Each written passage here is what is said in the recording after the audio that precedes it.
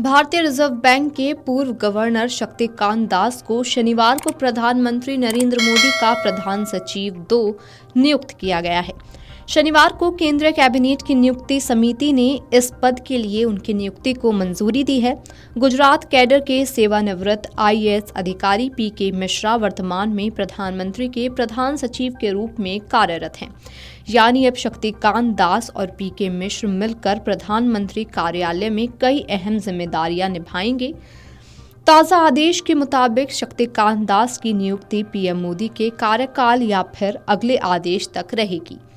एक आधिकारिक आदेश के अनुसार तमिलनाडु कैडर के सेवानिवृत्त आईएएस अधिकारी दास का कार्यकाल प्रधानमंत्री के कार्यकाल के साथ या अगले आदेश तक जो भी पहले हो रहेगा।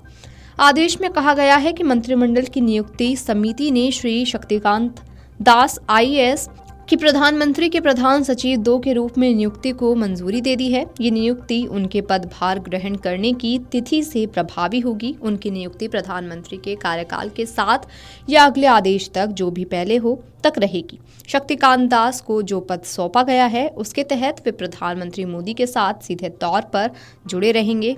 ये पद पीएम के निजी सचिव की तरह का पद है। यानी शक्तिकांत दास अब पीके मिश्र के साथ प्रधानमंत्री कार्यालय में प्रबंधन के लिए जिम्मेदार होंगे। आमतौर पर इस पद पर भारतीय प्रशासनिक सेवा अफसर को ही नियुक्ति मिलती है। 2019 के बाद से पीएम के प्रधान सचिव को कैबिनेट मंत्री के बराबर का दर्जा हासिल है। बताया जाता है कि लाल बहादुर शास्त्री ने प्रधानमंत्री के लिए निजी सचिव की नियुक्ति की शुरुआत की थी। बाद में इंदिरा गांधी ने इसे आधिकारिक तौर पर प्रधान सचिव का पद बना दिया। इस तरह पीएन अक्सर प्रधानमंत्री के पहले प्रधान सचिव बने।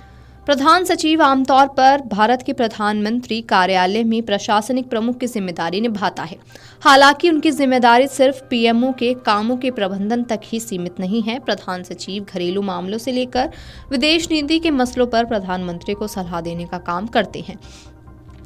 इसके अलावा वे प्रधानमंत्री के निर्देश पर अलग अलग मंत्रालयों और विभागों के कामों की भी निगरानी करते हैं। प्रधान सचिव पीएमओ के आने वाले दस्तावेजी कार्यक्रमों से लेकर अधिकारियों के कामों का भी रिकॉर्ड रखते हैं। इसके अलावा वे प्रधानमंत्री को भेजे जाने वाली अलग अलग मंत्रालयों की फाइल्स और निर्देशों को सीधा पीएम तक पहुंचाने का भी काम करते हैं। शक्तिकांत दास का जन्म 26 जनवरी 1957 को उड़ीसा के भुवनेश्वर में हुआ था। उनकी पढ़ाई दिल्ली यूनिवर्सिटी से लेकर यूके की बर्मिंघम यूनिवर्सिटी तक में हो चुकी है। बाद में दास ने सिविल सेवा परीक्षा पास की और आईएएस बने। नौकरशाही में अपने 40 साल से भी लंबे करियर में शक्तिकांत दास ने तमिलनाडु सरकार से लेकर केंद्र सरकार में अहम जिम्मेदारियां निभाई।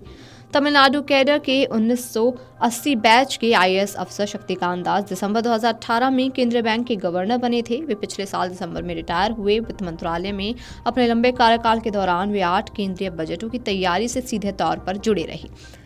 कोरोना काल में देश की अर्थव्यवस्था को स्थिर रखने के बाद रूस यूक्रेन संघर्ष के दौरान भी दास ने आरबीआई का नेतृत्व करते हुए मौद्रिक नीति को लेकर कई बड़े फैसले किए, जिनके चलते भारत की अर्थव्यवस्था बेहतर स्थिति में रही। आरबीआई गवर्नर के तौर पर अपनी इन्हीं उपलब्धियों के चलते अमेरिकी मैगजीन ग्लोबल फाइनेंस ने शक्तिकांत दास को 3 बार दुनिया का सर्वश्रेष्ठ केंद्रीय बैंकर चुना गया।